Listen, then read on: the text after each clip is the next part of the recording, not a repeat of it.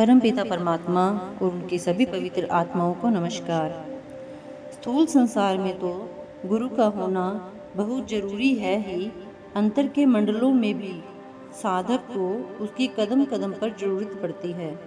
बाहर वह जिज्ञासु को नाम दान देकर उसे रूहानी मार्ग का भेद देता है, उसकी आत्मा को शब्द से जोड़ता है और उसके हृदय में प्रेम तथा भक्ति जागृत करता है।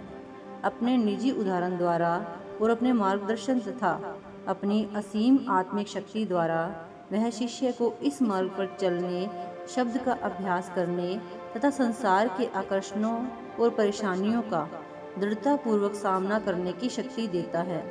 आंतरिक मंडलों में तो सतगुरु का कार्य बहुत महत्वपूर्ण होता है। वह अपने परम चेतन शब्दमय रूप में हमेशा शिष्य के साथ रहता है और अंदर की कठिनाइयों और खतरों से उसकी रक्षा करता है। अपने स्थूल रूप यानी देह स्वरूप में सतगुरु शब्द का प्रकट रूप होता है, जिसे ईसा मसीह ने देहधारी शब्द कहा है। रूहानी मंडलों में गुरु का स्वरूप शब्द होता है। जब शिष्य की आत्मा रूहानी चेतन मंडलों में प्रवेश करती है तो गुरु अपने निर्मल चेतन शब्द स्वरूप में उसके सामने प्रकट होता है। गुरु के इस स्वरूप को संतों ने नूरी स्वरूप, ज्योतिर्मय स्वरूप तथा शब्द स्वरूप कहा है। कबीर अपनी वाणी में सतगुरु को शब्द रूपी जहाज कहते हैं, जिसका भेद कोई विरला अभ्यासी ही पा सकता है। सतगुरु शब्द स्वरूप होते हैं, उनका कोई आदि और अंत नहीं होता। वह काया के अंदर सबसे ऊंचे स्थान पर अर्थात आंखों के केंद्र पर होते हैं। अंतर में शिष्य का गुरु से मिलाप तथा गुरु के साथ निवास शब्द रूप में होता है। जब शिष्य शब्द के अभ्यास द्वारा जड़ शरीर में से सिमटकर अपने आत्मिक रूप में, अपने शब्द रूप में अंतर के मंडलों में जाता है तो वहाँ उसका सतगुरु से मिलाप होता है। सतगुरु स्वयं शब्द होते हैं और शब्द रूप में ही जीव उनसे मिलकर उनका रूप हो सकता है। सतगुरु का यह शब्द स्वरूप जो नाम दान के बाद से हमेशा शिष्य के साथ रहता है, अत्यंत ज्योतिर्मय, आकर्षक और सुंदर होता है।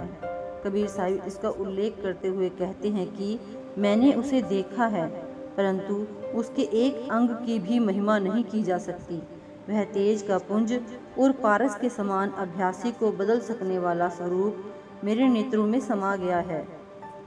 जब अभ्यासी की आत्मा आंखों के केंद्र से आगे ऊपर के मंडलों में जाती है, तब वह अपने सतगुरु की ज्योति के दायरे में प्रवेश करती है। गुरु के शब्द स्वरूप से मिलाप होने पर शिष्य को अनुभव होता है कि उसके सतगुरु बाहर और अंदर हमेशा उसके साथ हैं। सब संतों ने कहा है कि सतगुरु के ज्योतिर्मय स्वरूप से मिलाप के बाद शिष्य कभी अपने गुरु से दूर नहीं होता, परंतु गुरु और शिष्य का यह मिलाप, जिसे कबीर साहब ने सूरत शब्द मेला कहा है, बगैर देह स्वरूप सतगुरु के मार्गदर्शन, सहायता और कृपा के संभव नहीं है। यह अनुभव देह स्वरूप के माध्यम से ही प्राप्त होता है।